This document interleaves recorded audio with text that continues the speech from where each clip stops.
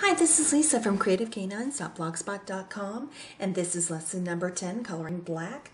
I've chosen a Pink Cat Studio digital image called Graduation Lily, and this is going to be for my daughter's 8th grade graduation announcements. Black is a difficult color, a lot like red. You'll see a lot of bleeding with it. A lot of people have asked, can't I just use my Copic 100 marker to color black? And if you were doing that, it's likened to just getting a black Sharpie and coloring it.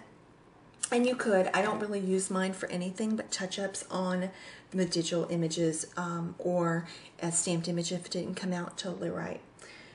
There are 4 different colors of gray with Copics. There's cool gray, which is the C grays, N grays, which are neutral grays, W grays, which are warm grays, and T grays, which are toner grays. Today we're going to use a combination of neutral grays. We're going to use N9, C7, C5, and some C3. Now neutral gray goes with any of the gray, so that's why this is going to work. I don't have a C9. If I had a C9, I may go ahead and use that. We're going to be using a light source coming from over top or overhead of Lily, and therefore, because this has the brim of her hat, or her hat here has kind of a circular shape to it, there's going to be a highlight right here in the center. The same with her graduation gown. I'm going to start by just putting a little bit of the N9 in there, laying it in there. Once again with that modified feather stroke. I'm going to go in with a C7. Once again, the C's are the cool grays, and these are really great for metals. I like them for boots a lot of time, or shoes. Neutral grays are great for anything. And the warm grays are wonderful for animals. I used to, when we're going on to C5, on my big house mouse kick, I used them a lot for my house mice. They're a really nice kind of a warm gray. They're they're very brown-like. And the toner grays are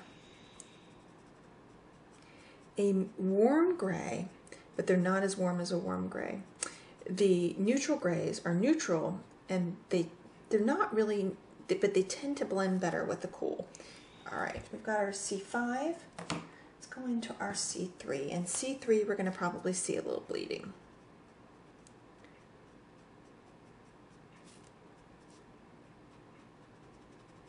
Now, I've left a pretty big space here, and I'm reserving a lot of white area. What I like to do, you can either use the tip-to-tip blending method, which you touch one tip of your marker to the other, which works just fine.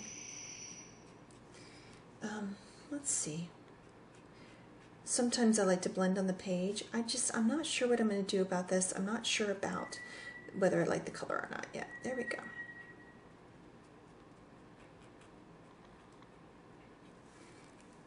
Now, for her to have a little bit more contrast there, I'm going to go back in with my C5, and I'm going to blend on the paper. I'm going to use the side of my marker very lightly, and not very much marker. What that does is it allows me to darken everything up about a half a step. I'm going to go back in with my C3 and blend that in. And I kind of blend backwards into the color.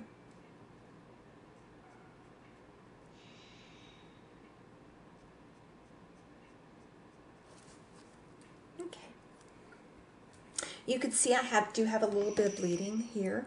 Okay, this is why I always do the hair last, because I could get a little bleeding there in the hair. I'm going to go ahead and use my neutral color, my neutral 9 up here, where it's going to be darkest.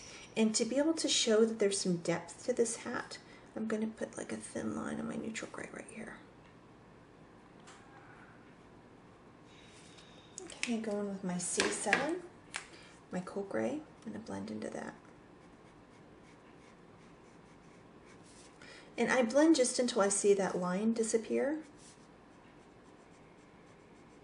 And you can either blend into it. Now sometimes I still do the circle blending, where you blend in circles, blend in circles, blend in circles. Usually that's in a smaller area. If you were to do the real traditional blending here, where you used a base color, you went over the base color with the the base light color. You go over the base light color with the base medium, then the base dark, and then you go over with the light again. You would have a lot of bleeding on this image. This is going back in with a C5. And I'm just going to leave a little tiny bit for the C3 up top. Now, I went a little bit too far and took a little of my C3 space, but because that C3 has a little bit more solvent, it's going to push that color.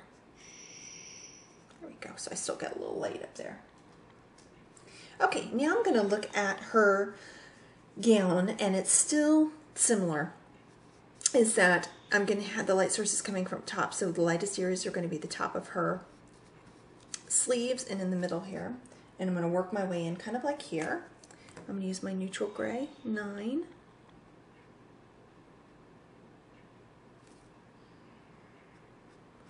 And I'm going to go over that crease just a little bit there too. I see 7. Now at this point, I'm thinking I'm going to go ahead and just get the whole gown done at the same time. Yeah.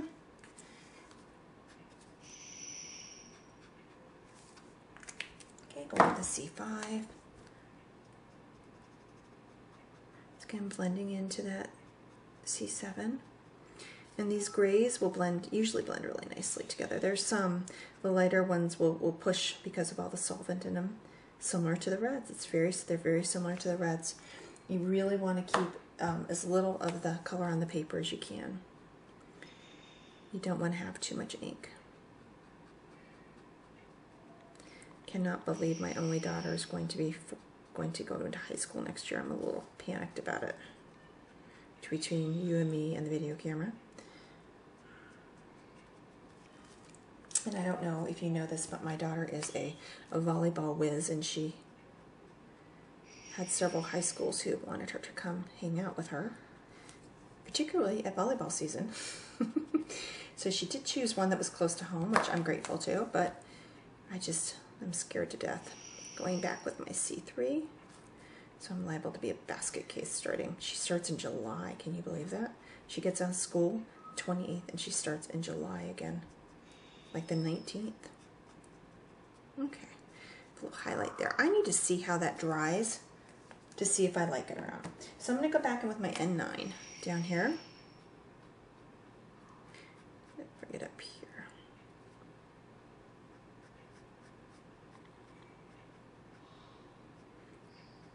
Okay, my C7.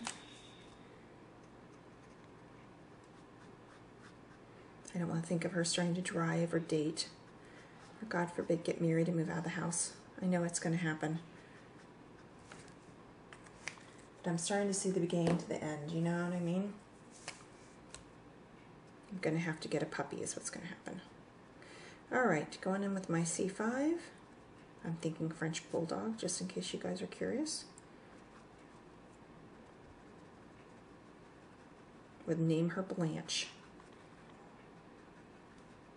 Okay, I am going to run this C5 up here a little bit more.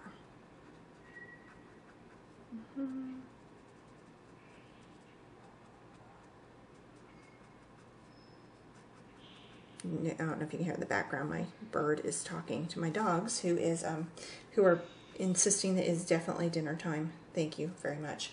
And they are actually pretty close. C3 is coming in here now. Now the C3 is going to take, go back up here and blend a little bit with my C3. It's not only going to take a few coats for me to like it, the same as my top. I'm going to reserve that white there too. And I went a little crazy and went over my white reserve space. Not a big deal. I'm blending in there. I'm going to get my C5. And I'm going to add just a little bit of C5 on the side there and blend on the page. Just a little bit. What that does is adds just a little bit of marker and allows you to blend into that color like you're doing the tip-to-tip method. I lack the patience to do the tip-to-tip method. I admit it. All right, now I'm going to go ahead and go over that center. Okay, not too shabby. Now I went a little bit over her, whatever that thing is. Cummerbund, perhaps? I don't know. so I can touch this up. And thankfully,